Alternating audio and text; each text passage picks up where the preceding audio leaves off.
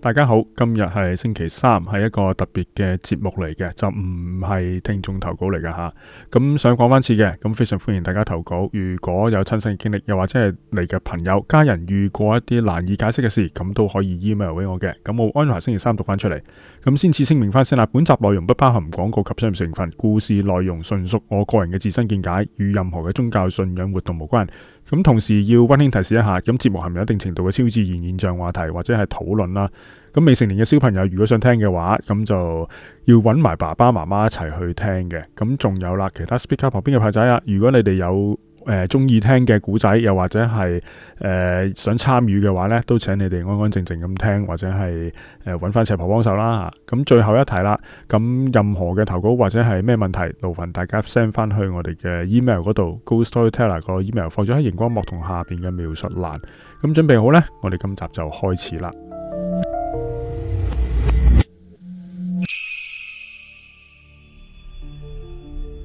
呢一集呢係同星期六啱啱上星期六觀音開庫嗰一集呢係連埋咗一齊去講嘅，應該係因為大家嘅留言啦非常之踴躍啊，咁所以呢，我都唔能夠完全100% 咁全部逐個讀晒出嚟，咁但係我呢就綜合咗10條啦，咁10條就都上限嘅啦。其實個節目因為會好長變咗10條嘅問題，咁各位留言嘅情況，咁今日就會讀出嚟噶啦。咁今日嘅節目開始之前呢，我想同大家講翻一樣嘢。阿嚴美呢總共問咗 total 3條問題噶嘛。咁星期六嗰日呢，我就同大家講咗第一條問題同埋佢個故事啦。咁第一條問題上集就講咗啦。咁你叩頭10萬次嘅目的究竟係為啲乜嘢？咁當時呢，阿富翁好快咁搶答，亦都截住咗阿嚴美冇再問落去嘅。富翁搶答嘅答案呢，就係話佢自己叩頭嘅原因就係想顯示自己好誠懇，好有誠意。咁但係好多聽眾都私信問我啊，咁就剩翻嗰2條問題究竟係乜嘢嚟嘅呢？咁我呢就想喺而家講出嚟嘅，咁我就會喺節目嘅尾段就講翻阿嚴美嘅解釋出嚟。咁大家就可以嘗試而家去諗下啦，作答下啦，叫做吓，咁就會唔會同你嘅答案會好相近呢？咁嗱，咁第二條問題呢，就係你借咗人哋嘅嘢，譬如觀音啦吓，借咗觀音嘅嘢嘅錢啦吓，咁幾時會還呢？咁第三樣啦，第三條問題就係如果你還唔清嘅話，你知唔知道你嘅下場會係點啦？係啦，就係呢3條問題啦，你剩翻過你嗰2條啦。大家可以嘗試去諗一諗先吓，咁我尾段嘅時候最嬲尾咧，我會講翻出嚟嘅。好啦，咁講一講我見到個10條問題啊，10條嘅留言啦，唔係問題啦，10條留言先。咁關於頭3條咧係關於故事嘅主角嘅因果嘅。咁第一條啦就係惡人嘅覺醒同埋一個點化嚟嘅。咁有觀眾就問啦，既然故事入邊嘅富翁，即係個事主啦，已經係落到地獄啦，咁但係仲係執迷不悔，咁唔知道自己坐喺邊啦。咁大事真係嚴美啦，要點樣先至可以令到佢真正去了解到自己嘅錯呢？咁如果佢一直都唔醒覺啦，咁個地獄係咪會好快爆棚，或者會越嚟越逼呢？咁喺呢度咧就要想澄清翻一個好關鍵嘅概念先吓。嗱，其實地獄呢一樣嘢咧係唔係嚟自其他人或者係一啲咩神啊或者天地之間創造出嚟去俾佢哋用嘅，更加唔會係有個人啦咁啊將佢哋塞入去，咁係啦，而係佢哋自己行入去嘅，佢哋自己行入去呢個心靈嘅之境啦，叫做。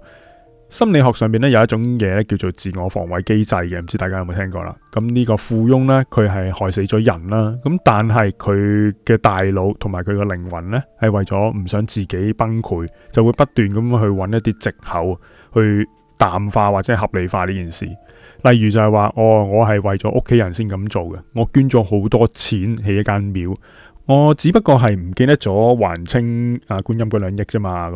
咁即係佢其實寧願係相信係觀音或者係閻王要懲罰佢，都唔肯面對佢自己係一個乜嘢嘅人，即係佢係一個冷血嘅惡人啦，定係點？佢完全都唔想去面對。嗱，呢一個係真相嚟嘅。咁講到點樣令到佢真正了解自己嘅錯誤呢？咁冇人可以嘅，咁任何神都唔能夠勉強一個人去明白，因為咧呢種狀態其實叫做自欺啊嘛，係佢自己間房仔入邊啦，佢自己喺裏邊不停咁重複緊一件事。咁加上啦，其實佢人生咁長啊，唔止淨係得阿美呢一件事噶嘛，可能有其他惡事嘅，即係呢個只不過係佢人生之中嘅其中一件惡事咁解嘅啫。我只係因為節目時間關係講咗佢一個咁解，同埋我亦都唔可能翻查晒佢全一生人一世人咁長嘅時間佢做過啲咩事。咁啊，嚴美大神咧，可唔可以去夾硬點化佢呢？咁答案係唔可以嘅。咁因為咧，每一個人其實個意志咧都係自由嘅。嗱，無論佢係有犯罪，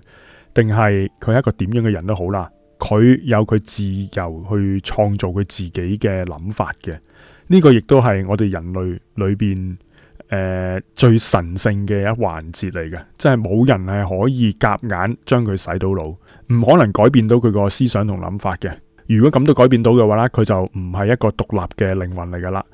咁神明喺佢呢個問題上面嘅作用係乜嘢呢？咁其實只係一塊鏡咁嘅。我上一集都有講過嘅，我哋每一個人去拜神啦、去求神啦、跪喺個蒲團上邊嘅時候，其實都只不過係面對住自己嘅啫。佢就好似一塊鏡咁樣，將你真實嘅底牌照翻出嚟俾你自己睇。咁所以啦，地獄係唔會因為佢唔醒覺而越嚟越逼嘅，即係你可以放心一樣嘢，就係因為呢個空間係屬於一個計唔到嘅無限大嚟嘅。作為一個引導者即係譬如嚴美或者係各位有師傅都好啦我哋嘅同嚴美任何一個人，甚至係神嘅話咧，都可以只能夠做嘅嘢咧，從來都唔係直接話俾佢聽。你問我答。我答到啲咩問題，答到 model answer 俾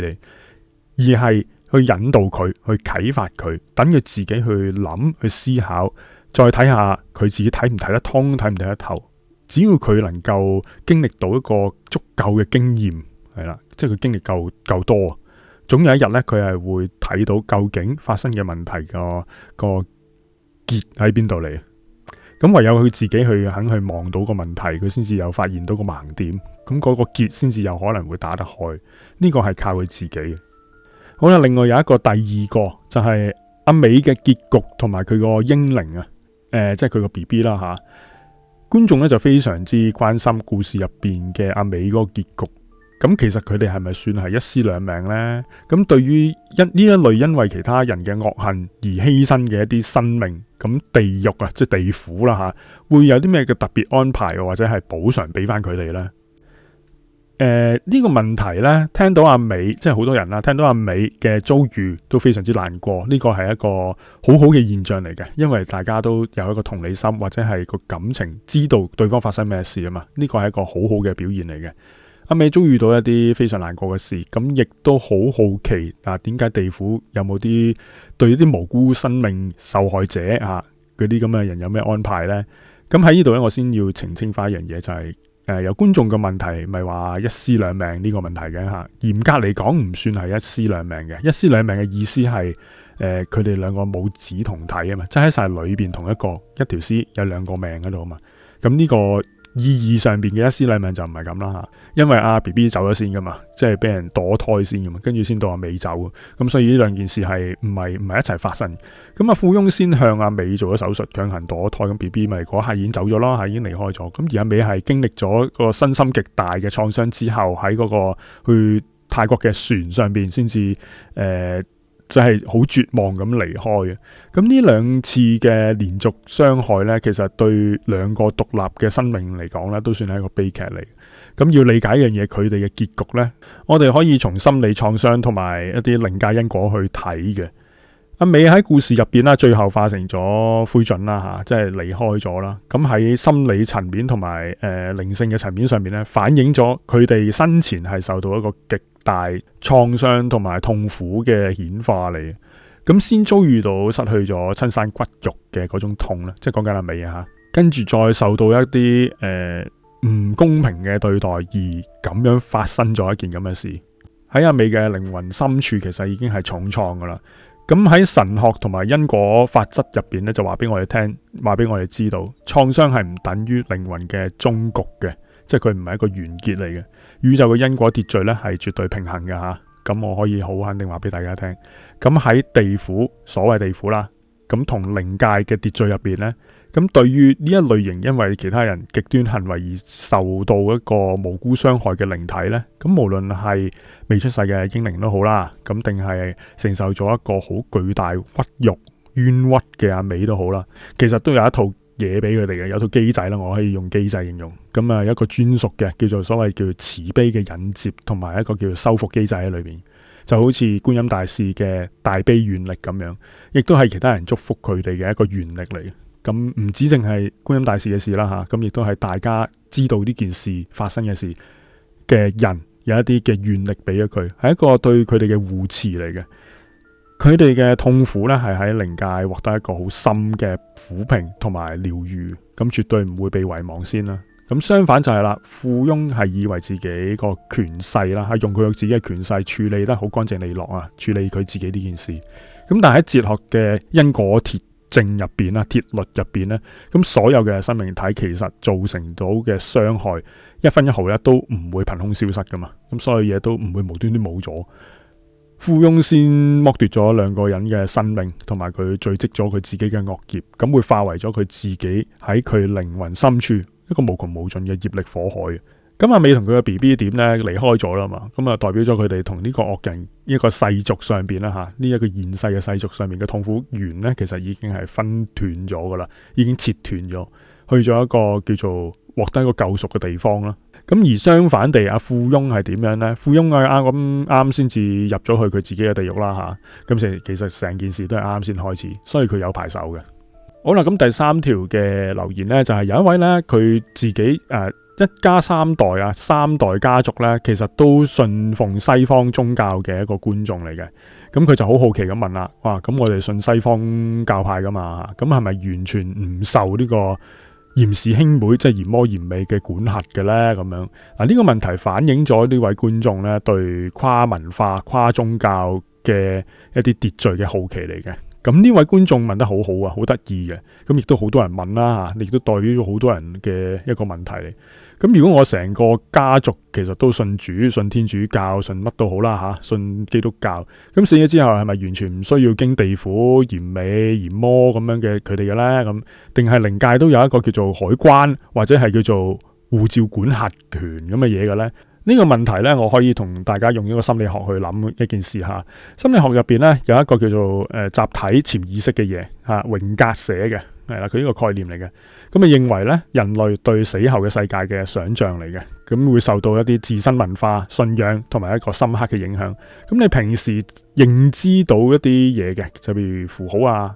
譬如係十字架啊，十字架係天堂啊、天使啊呢啲嘢，你會見慣呢啲嘢，你會記得呢啲咁嘅符號吓。咁你臨終嘅時候，死咗之後個意識咧就會好自自然然咁投射咗呢啲你熟悉嘅景象出嚟。咁而習慣東方嘅傳統嘅人咧，咁意識亦都會投射出一樣叫做咩地府啊，即係佢哋未接觸過一啲天堂啊、天使十字架啊呢啲，佢知道係乜嘢嚟，但係佢唔係信仰嗰樣嘢咧，咁佢可能只會投射翻佢自己熟悉嘅嘢出嚟啊，因為譬如東方人就會投射到地府啊、閻王啊、奈何橋啊呢啲嘢。咁但係如果從神學同哲學嗰個底層邏輯去睇咧，宇宙其實最高嘅法則係統一噶。咁佢嘅顯化，即係譬如神嘅顯化，其實係佢嘅外貌係隨眾生噶嘛，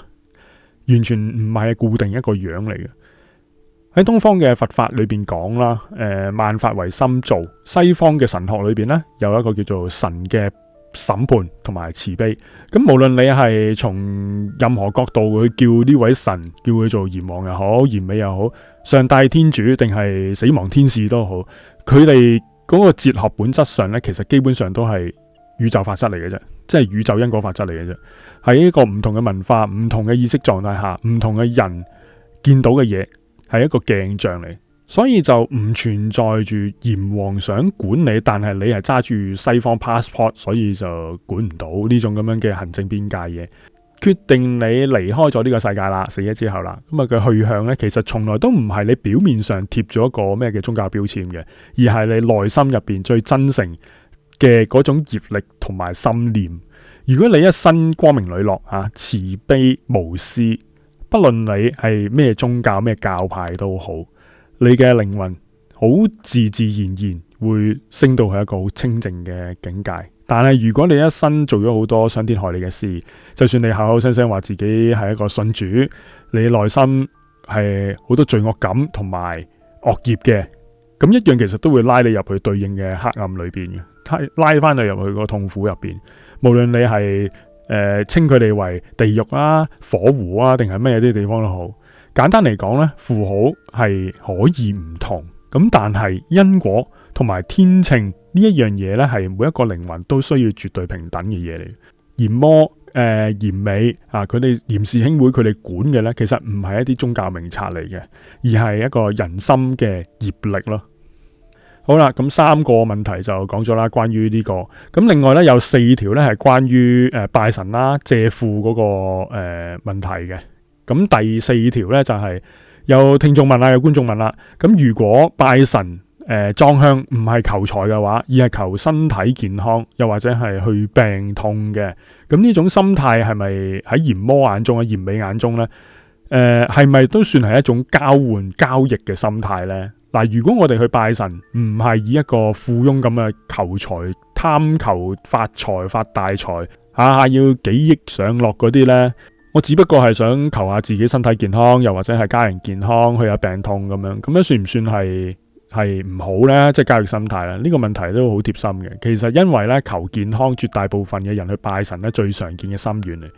要解答呢個疑慮啦，咁我哋要睇一睇你係唔係求啲乜嘢啦嚇？你係要求啲咩啦？咁而家你求嘅時候，個背後嘅心態、動機究竟同埋個態度係乜嘢？因為冇先至去求嘅啫嘛，有你唔會求噶嘛。咁從心理學嘅角度去睇下，咁當一個人面對住疾病、衰老或者係一啲親人病痛嘅時候呢，硬係會覺得呢係會有一個極大嘅無力感嘅，同埋一個失控感喺裏邊嘅。因為呢啲嘢唔能夠你去處理到啊嘛，亦都係要祈求嘅嘢嚟噶嘛。去祈求神明保佑係一個祈求心理寄託同埋安全感嘅一個本能行為嚟嘅。咁呢種本能行為呢，本身係充滿咗愛同埋善意嘅，咁絕對唔係一種惡意嚟嘅。要搞清楚呢件事先吓。咁但係點樣嘅心態會變成咗交易呢？又點樣先至係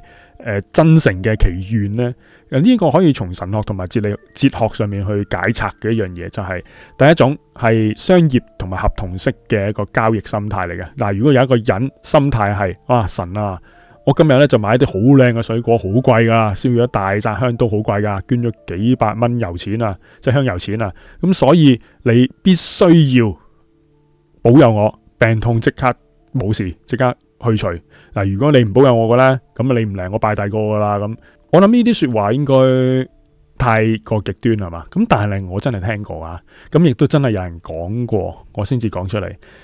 咁如果係用呢啲咁嘅態度去求嘅話，咁我諗唔使我講發生咩事，大家都會明啦。呢個本質上同嗰個富翁求財係冇分別嘅，都係一種以自我中心嚟計算呢件事出嚟。嗱，咁仲有一種嘅第二種就係一個自我反省同埋一個連結式嘅真誠祈禱嘅祈願嚟嘅。嗱，如果祈求嘅心態係神啊，我知道我身體係好多病痛，好多生理規律上或者係我過去嘅生活習慣令到積聚咗好多唔好嘅嘢吓，咁我祈求你賜一個賜予我家人一個內心嘅平靜，又或者係智慧勇氣去面對呢啲咁嘅病痛，咁亦都好希望透過呢一次嘅病痛，可以提醒自己以後會更加珍惜生命，更加善待身邊嘅人咁樣。即係嗱，呢啲咁樣嘅祈求，同頭先嗰個係咪爭好遠？大家都係祈求，你覺得邊一個會順意啲？嗱，我唔講嗰啲咩業力咩成啊，你當你係坐喺上面嗰個大神吓，你係神，你係菩薩，你坐喺度，你聽到有一個咁嘅人，你覺得會幫邊個？首先嗱，唔係講話呢件事係唔係成立，真係會幫你，但係你聽落去，邊一個人嘅心存善念係會重啲咧？閻美大神之前講過啦吓，心誠則致聖靈。神明咧唔係一個持有健康配額嘅一個富豪嚟嘅，即係佢唔能夠可以隨意賞賜話俾你聽，或者剝奪你嘅健康。真正祈願其實係藉由一個神像，就好似一面鏡咁樣，喚醒你自己內心入邊對一個苦難嘅一個勇氣，即係你面對苦難嘅勇氣，以及去到你對生命嘅一個敬畏啦。咁所以大家唔需要去過度焦慮，或者覺得唉，我求健康就好似貪心咁，我冇嗰樣求嗰樣咪貪心咯，係咪？唔一定嘅。要睇下你自己個出發點係咪一個條件交換嘅態度啊，咁而但係有一個愛啊、敬畏啊，同埋一個面對生命嘅一個坦然呢，去祈求身體健康嘅一個心，本來呢就係一個好清淨嘅善念嚟嘅，所以要搞清楚，唔好一竹篙打晒一堆理由吓。第5條就係啦，有觀眾咧就分享佢自己後生嗰陣咧就貪玩去借錢啦吓，借庫唔係借錢，去借庫，但係就冇還到嘅，咁甚至係已經唔記得咗借咗幾多錢點啊？可能唔係錢嚟嘅，只不過個數目嚟嘅。咁借完之後已經唔記得晒啦。咁聽完啱啱星期六嗰一集咧，就硬係覺得有啲唔安樂咁樣，就好似想問下啦，點樣先可以補救翻啊？又或者係安撫翻呢種好似虧欠咗其他人嘅感覺咧？咁係噶，咁借完人嘢之後又唔記得咗咧，硬係覺得諗翻轉頭就覺得好心好不安，好心慌慌。咁好想知道咧點樣可以補救係嘛？咁安撫呢種咁內在嘅內心虧欠感。嗱，如果你都有呢種擔心嘅話咧，首先請你放低咗你嗰個諗多咗嘅心。嗱，唔好將自己睇得太過恐怖吓。呢件事咧唔需要自己嚇自己嘅。咁呢種突如其來嘅不安咧，叫做後悔同埋道德焦慮。咁呢一個咧係你大腦將一啲故事將你自己放咗入去個富翁嗰個古仔入邊，你將佢代入咗，你將嗰個故事入邊嗰個富翁嗰個極端惡業咧，同你當初嗰個冇心同埋遺忘嘅呢件事咧重疊咗一齊。你驚嘅唔係觀音大士本身啊，而係驚原本未完成嘅呢個承諾，究竟會將為自己帶嚟一啲乜嘢嘅懲罰或者結果啊？大家要明白一件事先吓，觀音大士慈悲為懷吓，大家都知啦，出晒名啊。咁佢開寶庫其實係為咗度化眾生，係俾予一個希望俾大家，絕對唔係好似世俗嗰啲財務公司咁吓，因為你幾張紙咁樣你就追到你甩褲嗰種嚟嘅。上一集咧喺賢美大神啦，喺故事入邊講得非常之清楚嘅，將富翁推入地獄裏邊嘅，從來都唔係啲邊個吓，唔係觀音。咁而係佢自己害死人命嘅一個惡業嚟嘅，係佢自己將自己拉入去一個地獄入邊，以及對金錢嗰個極端嘅執念咧，令到佢自己困咗喺裏邊。好啦，咁如果你真係想補救，咁想心安啦，咁應該點做呢？第一件事喺心態上面要有一個轉化。觀音大士呢個開庫呢，其實係開啟你內心嘅一個智慧嘅寶庫。我上集講咗噶啦，咁你當初嗰個借庫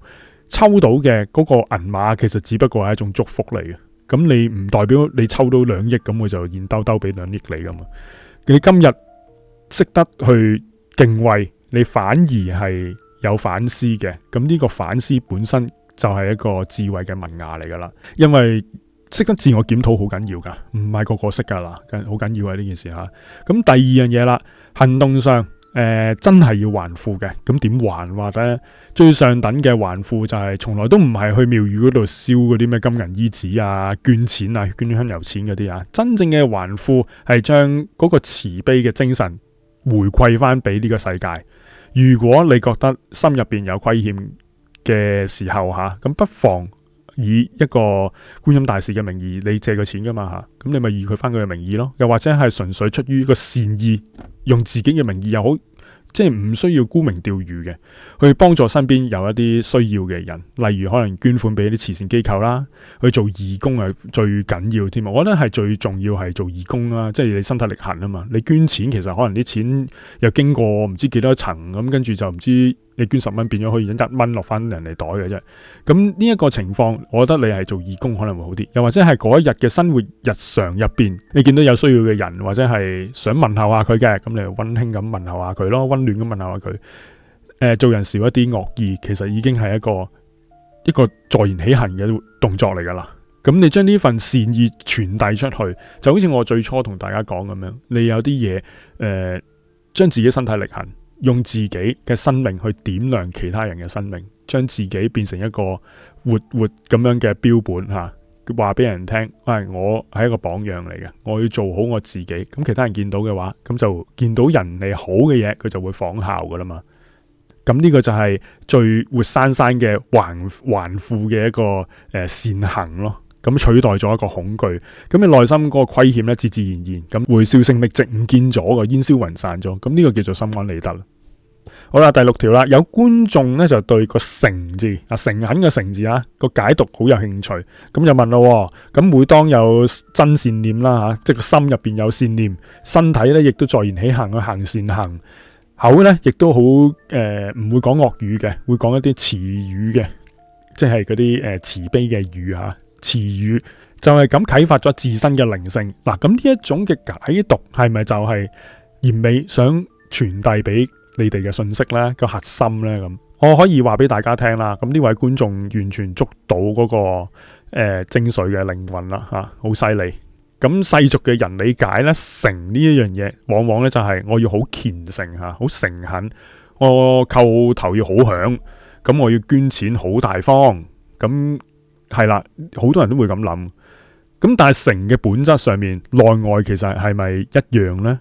係咪唔自欺呢？喺故事入邊嘅富翁口口聲聲話自己好虔誠佢內心充滿咗好多計算同好冷血。咁呢一種嘅偽善就唔係一個誠啦，好明顯。咁真正嘅誠係咩呢？我哋如果你學佛嘅話，你會聽過3樣嘢身口意啦呢3樣嘢啦。咁身係咩呢？身係你嘅身體嘅行為啦，口係語言啦，意係咩啊？意係你嘅心念，即係你諗啲乜嘢。咁完全一致，心口合一冇一個遮掩嘅，無私嘅慈悲嘅，加埋你嘅行動，即係你嘅行為啦你嘅身你嘅態度究竟係乜嘢啦？咁呢3樣嘢加埋一齊，你係一個無私嘅慈悲嘅時候，咁呢個先叫誠。靈係咩呢？心誠則靈啊嘛。個靈係咩呢？從來都唔係指嗰個神仙顯唔顯靈或者賜予你一啲橫財，又或者係搞掂一啲世俗嘅煩惱。咁呢啲唔係靈唔係嗰個大神好靈。嚴美講得好啱嘅，好明白嘅一件事就係心誠則自性靈個靈係咩呢？觀音大士開嘅庫係你自己本身已經與生俱來嘅一個叫智慧嘅寶庫。每個人都有只不過你有冇開佢咁解嘅啫。當你嘅心存真善念嘅時候，你講嘅嘢唔會有啲咩惡言惡語嘅，身體好真實咁樣，好善行每一個時候，咁你就好似清空咗心入邊嗰啲垃圾同埋執念一樣。你做到咁嘅話呢，你個靈魂其實已經係發晒光噶啦，你個智慧同埋嗰個慈悲已經係飆到好高啊，嘭嘭聲咁就會好自自然然咁樣發出嚟嘅。咁其他人亦都會感受得到你個靈究竟係乜嘢。喺心理學上邊咧，每一個人嘅價值觀同埋佢行為咧係完全一致嘅，即係冇一個罪惡感、冇矛盾、冇自欺嘅情況下，佢嘅精神狀態係會處於一個極度和諧、好清明同埋好強大嘅狀態嚟。咁呢樣嘢唔需要話你有冇啲咩唔係麻瓜，或者係有啲咩感覺感應嘅人，你都會感受得到佢究竟係一個咩嘅人你 feel 到嘅，係一個正常人同人接觸嘅情況下，呢一種內在嘅和諧呢，係可以俾人哋喺面對同人之間，或者係面對其他人或者自己嘅生命入邊嘅嗰啲風浪嘅時候，產生一啲強大嘅直覺同埋勇氣。咁呢一啲亦都係心理學視覺裏邊嘅叫做靈驗啦吓。咁所以大家呢，以後去拜神又或者係祈福都好啦，就唔需要去追求嗰啲咩繁複嘅啲繁文縟節嗰啲咩儀式或者嗰啲名貴嘅供品就好似呢位觀眾所講啦。當你嘅身口意都係處於一個叫真善慈嘅狀態下，你自己就係最靈驗嘅神明載體啦。係啊，好聰明嘅呢位觀眾。好啦，第7條咁有一位嘅觀眾啦吓，佢又係信奉基督教嘅。咁如果一個唔等求回報，只求無愧於心嘅心態，咁即使最後判決係不如人意都好啦，佢自己都唔會後悔。咁呢種心態同嚴美所講嘅嗰種誠，係咪真係殊途同歸？其實係同一樣嘢呢？答案係啱嘅，完全相同嘅。而且呢個係正亦都係所有宗教同埋高級哲學入邊最高度嘅一個交匯點嚟嘅，即係一個最終交匯點，唔係最高度，最終嘅交匯點。喺基督教嘅體系入邊咧，咁最核心嘅教導就係愛同無私啊嘛，亦都即係不求回報嘅愛啦。咁將呢個結果交託俾神嘅一個旨意。咁喺東方嘅佛法或者係道家嘅哲學入邊咧，呢個叫做無相布施吓，咁同一個順應自然嘅說法啦。呢兩句係有唔同，但係同一個理念嚟嘅。世俗嘅人拜神咧，往往都帶住一種叫做條件交換吓，我付出咗幾多，咁你就要俾翻幾多我吓，唔一定對神添啦吓，對人都係咁樣啦。咁對神係更甚添啦，因為佢唔識回應你啊嘛。好容易睇嘅就係你去黃大仙吓，你見人哋求簽，健康嗰啲唔講吓，中六合彩嗰啲，你睇下幾多人講。好多人都係咁樣噶，要付出咗幾多，神就要俾翻幾多回報我。咁但係呢一位基督徒嘅觀眾嘅心態咧，其實已經超越咗一個交易嘅狀態嗱。佢進入咗一個叫做純粹信仰同埋敬畏裏邊。咁當你嘅祈禱唔係為自己嘅私利，係只求心入邊嗰個心念同埋神嘅公義一個慈悲一致。咁呢個咧係神學上面好純正嘅一個狀態嚟嘅。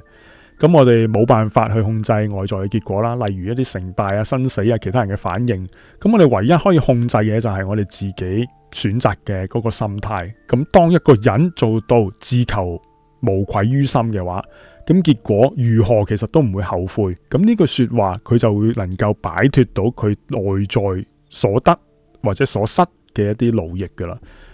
佢嘅力量唔再建立喺一個外界嘅賞賜層面上邊，咁而係建立喺自己內在嗰個坦蕩同埋尊嚴之上。咁呢個係賢美大神成日所講嘅一樣嘢，就叫做破除世俗嗰個數字同埋結果嘅一個執念。你拎住嗰張紙寫住2億、10億、100億，乜都好啦，其實只不過個數字。你能唔能夠做得到，可以攞得到呢個金錢或者呢個額，其實呢一個冇話過係一個金錢嚟嘅，冇人曾經講過話開庫開咩庫嘅，呢個可能係一個指數嚟嘅，冇人知道呢個係乜嘢嚟。所以無論你手入邊拎住乜嘢都好啦吓，十字架又好，佛珠又好，一扎香又好，無論你係面對住上帝定係閻王定係邊個都好啦吓，齊天大聖乜都好啦。當你自己個心態能夠好坦蕩咁講出嚟，我盡咗力噶啦，我無愧於心，無愧於神，無愧於任何人嘅時候，你嘅心靈其實已經係處於一個最發光、最靚、最圓滿嘅一個城嘅入邊。喺呢個城字，其實包含咗好多嘢，係嘛？咁宗教嘅形式有別啦吓，每個宗教都有唔同。咁但係對於靈魂嘅純正度嘅要求，其實從來都係殊途同歸，都係同一樣嘢嚟嘅啫。好啦，咁最後3條啦吓，最後3條就係關於問我嘅問題嚟嘅，關於羽毛聽診同埋大神嘅一啲細節嚟嘅。咁第8條啦，咁好多細心嘅聽眾咧就留意到我今次嘅賢美大神咧係講到佢有着衫。咁啊，甚至咧有人好好奇咧，就話啦，喂，可唔可以形容一下究竟佢係一件咩嘅衫咧？咁係咪 cosplay 啊，定係啲反映咗嗰啲咩嘢嘅能量狀態嘅嘢咧？即係總之，可唔可以講下佢着咩衫啦？咁嗱，咁呢個問題咧，好多人私信我唔知點解大家咁中意知道佢個外在外觀究竟着咩衫。可能我一開始嘅時候講阿賢美，其實佢係唔着衫咁走出嚟吓。今集咧佢係有着衫嘅，而且仲要着得好優雅啦，好有氣場啦。佢係着咗一套連身嘅吊帶裙咁樣出嚟。咁但係當然佢個樣唔係賢美嚟噶啦，咁已經係變咗第二個人嚟嘅。咁而且亦都着得好優雅吓，好有氣場。咁有觀眾問就可唔可以形容一下佢着緊咩衫？我啱講咗啦。咁形容佢個轉變嗱，其實係咪一種cosplay 嚟咧，反映咗佢啲乜嘢嘅狀態咧？佢本身咧就唔係一個物理嘅肉身嚟嘅，即係大家你知噶啦，佢神嚟，佢係一個菩薩嚟嘅，佢係一個精神力量能量嚟，佢唔係一個真係可以着到件衫，亦都冇所謂嗰啲叫做非着不可嘅衣服咁樣啦。咁佢嗰個顯化出嚟嘅形象，佢嘅服飾係隨住當時嗰個場景嘅需要同埋教化嘅目的而變化出嚟，亦都即係所謂嘅應以何身得道者，即見何身。咁今次阿賢美大神嘅對住富翁嘅嗰個業力環境入邊咧，化成一個身穿高貴禮服啊、氣質爆棚嘅女人阿美，就唔係為咗玩嘅，咁而係一種好精準嘅神學演示嚟。咁佢要透過一個佢自己渾身解數嘅式演繹啦嚇，即係佢自己分身咁演繹，咁將呢個富翁嘅生前對女性嘅所有嘅計算啦、傲慢啦、冷血啦，好似一塊鏡咁，好逼真咁反射翻出嚟俾佢啊富翁嘅時候咧，咁佢就無道可逃啦嘛，佢亦都可以好精準咁面對翻佢自己個思想諗法係乜嘢。咁當然啦，阿美本人係有一個真人喺度噶，佢真係有個咁嘅人，有咁嘅遭遇。咁但係佢係咪真係阿富翁？阿嚴美應該係咪阿嚴美所演繹嘅嗰個形象咁 perfect 咧？即係咪咁爆棚、咁豔壓群芳咁犀利咧？未必係。咁但係喺阿富翁嘅眼中咧，係一定係，絕對係。所以喺富翁呢間房入邊，佢見到嘅所有嘢，阿富翁見到嘅所有嘢，其實都係佢自己內心嘅一個鏡像嚟。有啲嘢可能係失咗真，有啲嘢係唔一樣嘅，同現實係唔同嘅。咁但係呢個絕對係佢自己望到嘅所有嘢嚟。咁解答翻啦，就係阿大神所着嘅嗰啲就唔係世俗所講嘅衣服啦，咁而係一啲能量同埋教化意圖嘅外在顯化嚟嘅。當佢需要去警醒人心嘅時候，個形象就會極其莊嚴。咁當佢需要走入去一啲揭露偽善嘅時候咧，形象亦都會直指人心。呢個就係佢個轉變。好啦，第9條啦，有觀眾咧就對我結尾嘅時候提到啦，阿嚴美咪擺低一串念珠嘅，即係一串佛珠喺度啦。咁嗰串嘢啊擺喺我台面，咁呢串嘢有人好執着啊，有人問就話：喂，嗰串咁嘅嘢咧，嗰串佛珠啦，係咪真係放咗喺個物理嘅世界？你係咪可以保存佢噶？係咪除咗你之外，其他人都睇到噶？即係一定要開咗天眼先睇到啊？定係點樣咧？咁呢條問題咧，我就曾經喺我太太個 Fast 嗰度咧都留言答過噶啦。咁四方八面都好多人問啊吓，即係 YouTube 嗰度都有人問啦吓。咁我今日就喺度答多一次啦，同大家講一次，因為好多人都未必有 Fast 啊。咁好多人對呢串念珠咧都好執着。咁問我究竟喺書房入邊邊一度呢？係咪擺喺台面呢？要開天眼先睇到。嗱，答案呢就係呢串嘢呢，而家已經唔喺我書房噶啦。同埋呢一樣嘢呢，亦都唔係人間入邊實體物件嚟嘅。咁當晚呢，嚴美其實走嗰陣呢，係留低咗喺我台面嘅。咁但係大家要明白一樣嘢啦，靈界嘅法器呢，對我哋嚟講呢，唔係一件你可以攞上手度掂或者係換嘅嘢嚟嘅，即係玩嘅嘢嚟嘅，亦都唔係肉眼所見到嗰種形體一啲世俗物質嚟嘅，即係佢更加似一種好高頻率嘅意念結晶同埋一啲法力嘅載體嚟。咁喺一個空間入邊，其實我唔識點樣形容佢，我點樣可以知道佢係一串嘢？咁好似故事入邊咁講啦，個富翁咁講啦，佢根本睇唔到或者係觸碰唔到任何嘢嘅。即係有人問佢話，咁嗰個男人係咪入咗嚟做聽診噶嘛？咁佢係咪掂得到嗰串嘢咁？佢個時間關係，佢已經走咗，年尾先出現嘅，所以佢就掂唔到嘅。咁就算佢喺度，佢都會掂唔到嘅，因為佢心存嗰樣嘢咧，係充斥住好多計算啊，有一個污染心喺度。咁佢嘅心理同埋靈性嘅頻率其實係好低沉，而且係好渾濁。完全對唔上嚴美嗰啲法器嘅高頻能量，咁所以佢喺心理學同埋靈性感知上邊呢，呢啲咧叫做意識頻率嘅選擇同埋接收嚟，即係你有個心入邊有啲咩頻率，咁你先至能夠感應到你接受到啲乜嘢相對嘅嘢翻嚟俾你感覺到噶嘛，嗰個實相出現噶嘛。咁當時我亦都唔係用肉眼睇嘅，咁係一種感覺感應嚟嘅。咁亦都係一種好強烈、好清靜嘅一種能量喺嗰個靈性入邊感知到大概呈現嘅嘢就係一串珠嘅嘢，因為我又唔係真真正正睇到嚴美拎住串嘢喺度甩嘅，係佢離開咗我間房啦，咁我就覺得有一樣嘢好似係佢之前喺隻手上面拎住嘅嘢，但係我就唔肯定嗰樣嘢係乜嘢，但係我知道佢係一串嘢，咁所以我覺得佢係佛珠，係啦，就係咁樣咯。唔知大家有冇聽過一樣嘢？真實從來都唔係限於肉眼可以見得到或者係你嘅手摸得到嘅一種物質嚟嘅。咁題外話啦，咁有好多人咧都話咧，想買一啲串珠係嘛，嗰啲念珠或者係手串佛珠，可能會揾一啲好頂級嘅沉香啊，價值好昂貴嘅念珠去供佛，或者係去自己自用，咁樣咧就可以堆砌到一啲誠意出嚟，又或者可能係自己中意啦嗰樣嘢，換取一啲保佑，又或者係其他嘢。咁但係喺靈界嘅眼光入邊，即係譬如好似嚴美咁計啦佢會諗，如果你個心靈係充滿咗計算嘅話，又係頭先個問題啦，你個誠究竟係點樣嚟啦？你買嗰樣嘢，你係點樣用呢？你係自用嘅，你覺得嗰樣嘢好中意，你發從心底裏面覺得，我同佢好有感應吓。我好多時咧，啲人都話買佛珠係要有一種感應喺度吓，你同佢眼緣啊，第一樣眼緣，第二樣就係你感應到佢啊，你拎上手嘅時候覺得，係佢啦咁樣，即係嗰種緣分嘅到來。有好多人都係咁樣去揀嘢，呢個冇問題嘅。咁但係如果你係純粹睇價錢，你覺得呢樣嘢係呢個一定冇死啊，呢個係真嘢嚟嘅啊，好貴嘅。咁或者係我用呢樣嘢，咁神明一定見到我嘅啊，因為佢閃閃發光咁樣，即係可能有呢啲咁樣嘅諗法或者計算啦吓。咁你嘅拎住嘅嗰樣嘢再貴、再昂貴、再寶貴都好啦，你嘅觸碰其實觸碰唔到佢個本質嘅，即係神明神聖嘅本質，你觸碰唔到。簡單講就係真正一條佛珠或者念珠啦，唔好講佛珠啊，一條念珠一串嘅，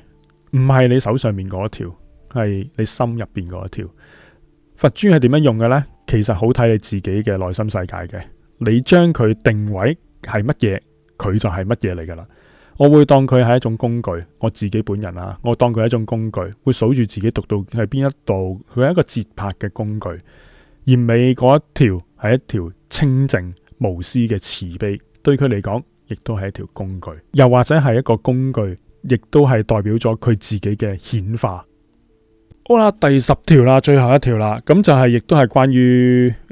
應診聽診嘅事嚟嘅。咁有位觀眾咧就好擔心我嘅安全吓，咁見到嚴美放低咗條念珠啦，就覺得呢個係咪一個提示嚟噶？即係叫你聽診嘅時候要沉重啲。如果遇到一啲好似類似今次咁樣嘅個案，好沉重嘅個案，又或者係辣手啲嘅，就叫你小心啲。就擺低俾你護身啊咁樣，咁呢位聽眾好多謝佢先啦吓，咁又好似有2個咁樣講，佢就同我講佢話呢位富翁咧充滿咗好多極端嘅惡業同埋執念係嘅一個靈體嚟嘅，因為佢嚟聽診嘅時候佢冇顯示出嚟啊，咁其實係咪又好有即係好大嘅職業風險咧？呢件事吓職安問題啦，咁嚴美大神今次咧就留低串珠，咁係咪特意展示俾你睇呢個惡人嘅下場係乜嘢？亦都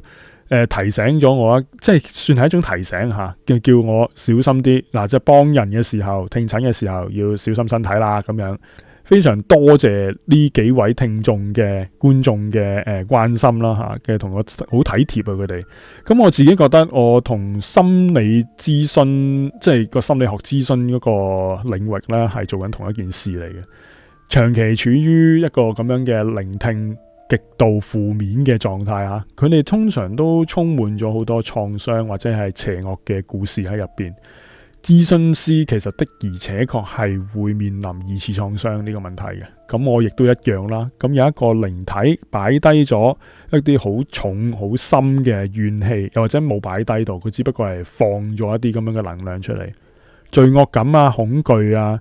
嚟到我面前嘅時候，如果我嘅心態唔夠穩固嘅話呢，好容易係會俾啲好強烈嘅負面情緒影響到嘅。講真係嘅。咁所以呢，要建立一啲心理邊界，保持咗個距離先，亦都保持咗個慈悲。慈悲可以係一種距離嚟嘅。我聽好多嘅，咁但係唔好將對方嗰種負面情緒同埋嗰啲惡業攬上身咯。好多人呢都會以為呢，靈修或者係聽診係需要去拯救或者係改變靈體，係嘛？我冇咁樣做噶吓。其實係唔需要嘅，每一個人啦，或者係靈體都好啦，佢嘅業力咧都係必須由佢自己去承擔同埋消化，冇人可以幫到佢哋嘅。我哋只能夠同頭先有一條問題一樣啦，我只能夠去做導航吓，引導佢哋望嗰個方向，或者係思考嗰個諗法。而美今次咧嗰個聽診嘅時候啦，個過程入邊嘅個演示咧，同埋佢留低嗰串好清靜嘅念珠嘅能量咧，確實係一種好深沉嘅保護同埋提示嚟嘅。我自己都覺得係嘅。佢的而且確係提醒緊我一樣嘢，就係面對住呢啲咁嘅個案嘅時候，要保持一個叫自性清淨啦。神明係唔會自發咁樣去幫一啲惡行嘅人去抹去佢哋嘅業力嘅，唔會咁樣做嘅。咁我作為一個中間人啦，咁更加唔可以以感情用事嘅方式去夾硬去承擔其他人嘅因果，或者去插隻手插隻腳落去，就好似如實觀照咁樣。咁嚴美帶咗我去睇呢個富翁嘅嗰個噩夢啦吓，重複又重複嘅嗰個過程啦，唔係要我去恨佢，又或者係同情佢，唔係要我做啲乜嘢，而係要我學識旁觀啊，而唔動怒，亦都唔會有任何嘅感情起伏，好清清楚楚咁睇完嗰個因果係點樣運作嘅，自欺係點樣會產生一個地獄嘅。當你能夠做得到好冷靜咁睇清一切，但係不被一切所帶走嘅時候，咁你嘅內心呢，就真真正正就好似嗰串清淨嘅佛珠一樣啦，喺個萬花槽中片葉不沾身。所以咧，大家就請放心一件事，就係呢一個節目呢，係對我嘅一個自身嘅一次點化嚟啦。最厲害嘅護身符吓，咁從來都唔係啲咩法器嚟嘅，亦都唔係啲咩陣啊結界，而係你內心嗰份心無掛礙、無私無執嗰一樣嘢，係呢個清淨嘅心係好先至係你最重要嘅武器啦吓，叫護身符啦。咁當你內心冇咗貪婪、冇咗恐懼或者係計算，外在嘅負能量同埋惡業呢，自自然然亦都唔能夠黏得住你。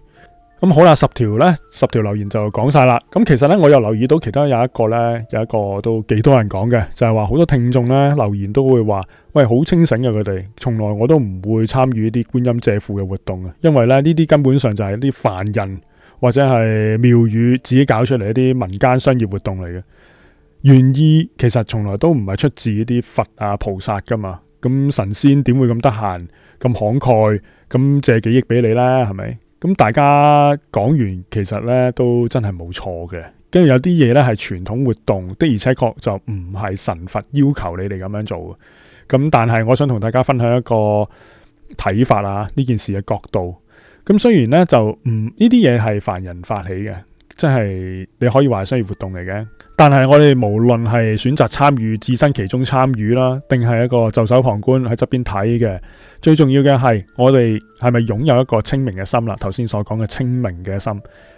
去了解當中究竟發生咩事。人類社會入邊咧，之所以能夠進步咧，同埋發展，咁最重要一個基石就係可以吸取其他人嘅長處啊嘛。咁但係問題就係嚟啦，你識唔識得去睇，又或者係識唔識得去吸收？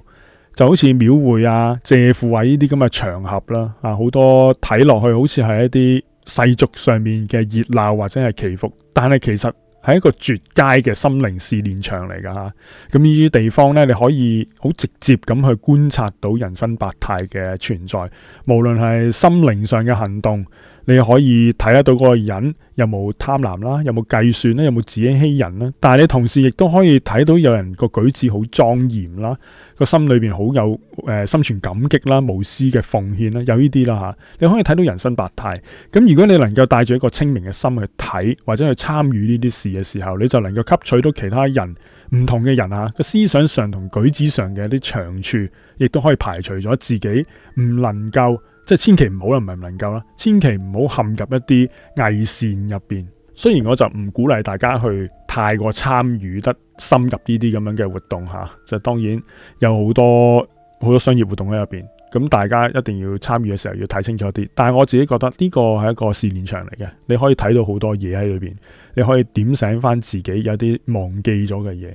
久唔久去一次啦，係幾得意嘅。但係一定要持住一個清明嘅心，唔好諗得太多喺入邊，就係咁啦。好啦，咁我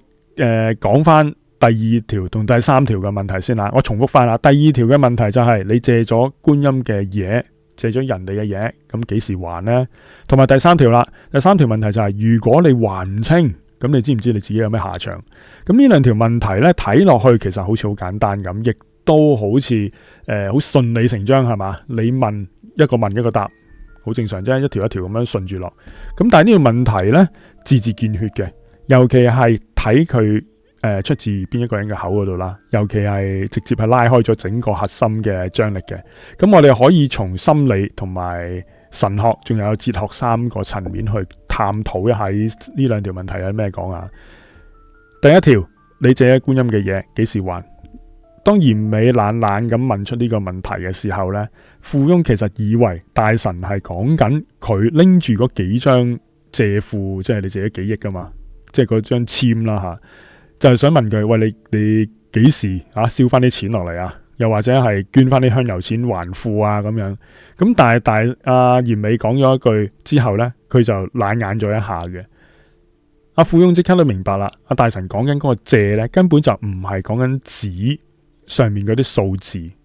嚴美講緊之前講過啦，好重要嘅一個理念就係我哋去拜神嘅時候呢，其實好似企咗喺一面鏡前邊，大家唔知記唔記得啦？呢個神聖嘅鏡啊，呢塊鏡嘅前邊呢，係會用你最赤裸、最真實嘅一個心態去面對你自己嘅內心。你要求神嘅時候，其實就好似照緊你自己內心嗰個態度同埋個出發點究竟係乜嘢，如實咁樣俾你自己睇到。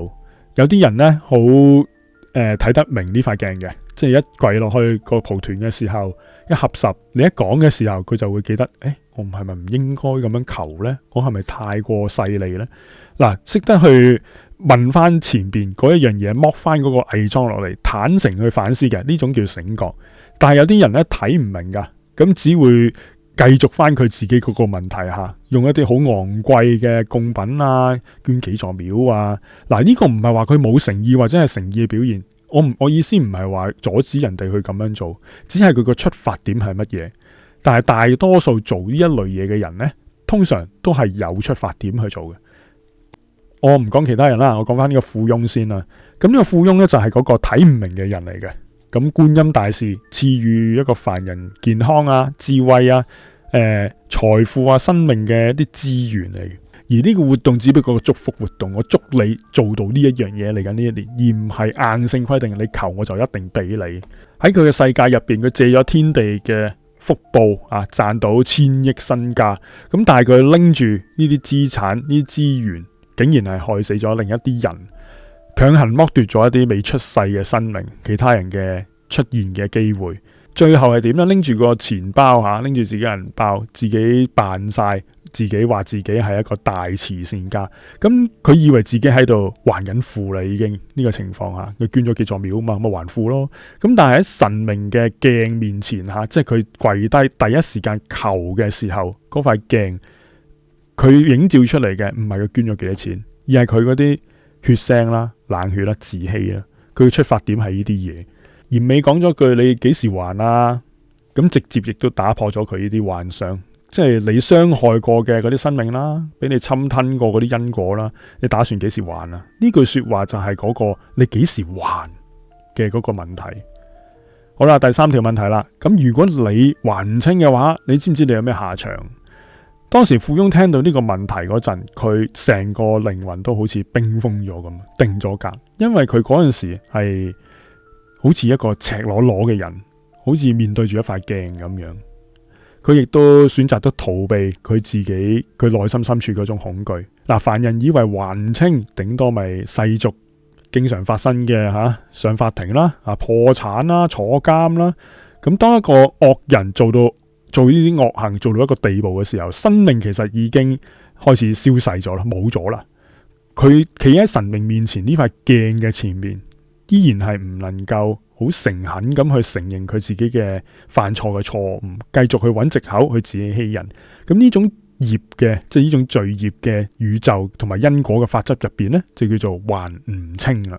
咁還唔清係點呢？咁佢咪繼續喺嗰度 loop 咯，係啊，喺佢間房度繼續 loop 咯。佢要繼續去經歷呢啲咁樣嘅事咯。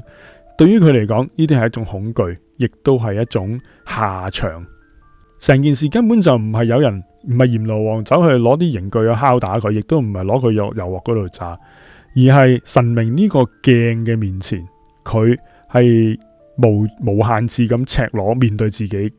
製造出嚟嘅嗰啲罪孽、嗰啲罪惡。只要佢一日唔放低嗰種自欺，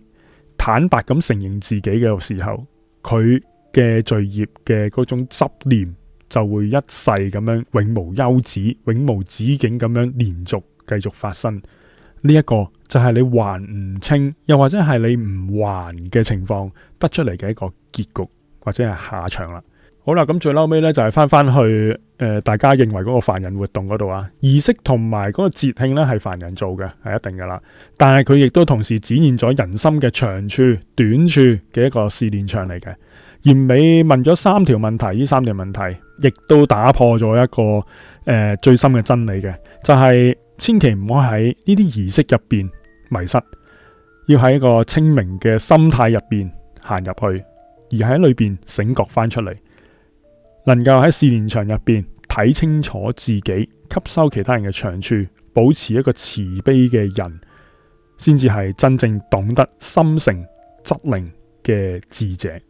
好啦，真係最後啦，冇啦吓。咁最後一點呢，就係大家要記住啦，你去觀音開庫嘅時候呢，就記住一樣嘢，借錢緊要還，就唔好俾錢中介啦。神明呢係無處不在嘅，亦都唔需要任何嘅中間人，只要你保持一個清明無私嘅心。我今集講咗好多次清明嘅心吓，咁但係呢一樣嘢亦都係好重要。係啊，咁你自己呢，有呢個心嘅時候，就係連結神聖最高效嘅一座橋樑嚟。好啦，咁今集真係嚟到呢度完啦。咁因為我今集呢，我講少少啊，就係我俾翻少少 credit 嘅，就係阿嚴美嘅。因為我寫稿嘅時候呢，我都綜合咗咁多條留言啦，好多真係好多人，100幾條留言咁上下啦。對於其他人嚟講好少啊，但係對於我嚟講好多。